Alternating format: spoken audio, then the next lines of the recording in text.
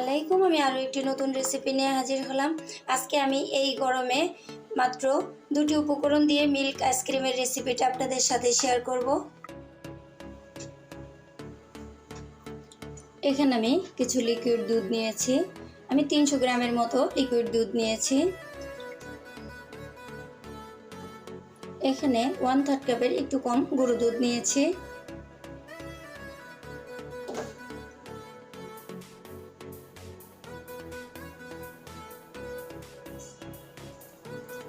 এখানে 1/3 কাপ চিনি নিয়েছি। মিষ্টিটা আপনারা পছন্দ অনুযায়ী দিবেন।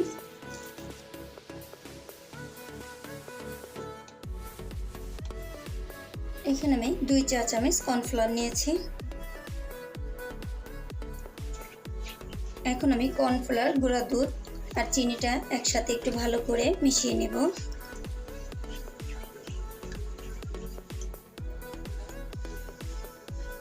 এখন আমি চুলাটা জ্বালিয়ে দিলাম। আপনারা চাইলে দুধটা প্রথমে লিকুইড দুধটা বলক দিয়েও নিতে পারেন। আমি সবগুলো উপকরণ একসাথে ভালো করে মিশিয়ে জাল দিয়ে নিচ্ছি।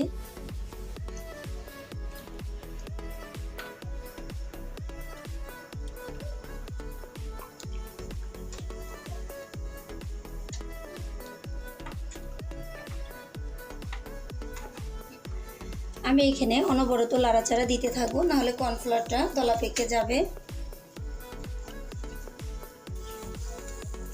এরকম লিকুইড অবস্থায় আমি নামিয়ে নেব। শক্ত করা যাবে না, তাহলে শক্ত হয়ে যাবে। এরকম একটা স্টিলের গ্লাসের মধ্যে আমি যে আইসক্রিমের মিশ্রণটা তৈরি করে নিয়েছি সেটা আমি ঢেলে নিয়েছি। একটু কুমা গরম আছে, পুরোপুরি গরম নেই, একটু ঠান্ডা করে নিয়েছিলাম। আমি এই আইসক্রিমের বক্সগুলোতেই সেট করে নিব।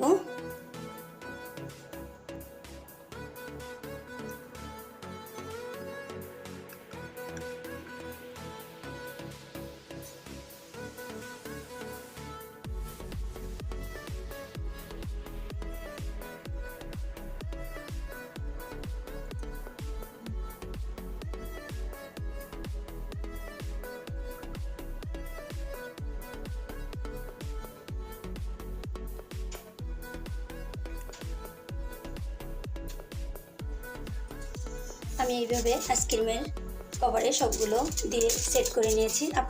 আমি এরকম একটা ফয়েল পেপার দিয়ে একটু ঢেকে দিচ্ছি।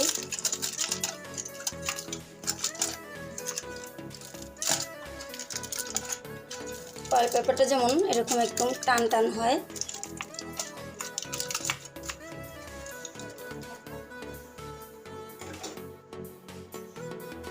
আমি এরকম মাঝ বরাবর একটু কেটে নিচ্ছি।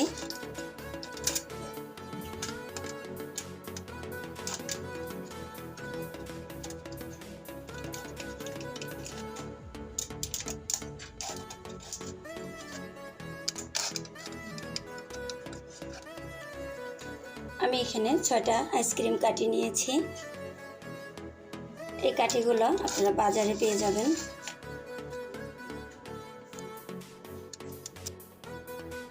ফিরে আসলাম 5 ঘন্টা পর। এখন আমি ফয়েল পেপারটা খুলে দেখব।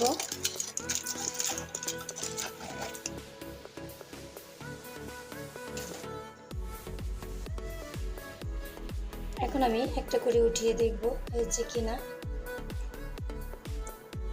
দেখুন কত সুন্দর হয়েছে।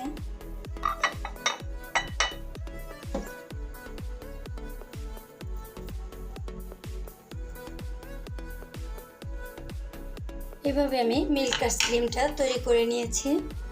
এই মিল্ক আইসক্রিমটা খেতে কিন্তু অসম্ভব মজাদার। তৈরি হয়ে গেল আমার মিল্ক আইসক্রিম। দেখুন কত সুন্দর হয়েছে। এরকম একটি মিল্ক আইসক্রিম যদি বাসায় তৈরি করা যায় তাহলে কিন্তু আমাদের আর দোকান থেকে কিনে আনতে হয় না।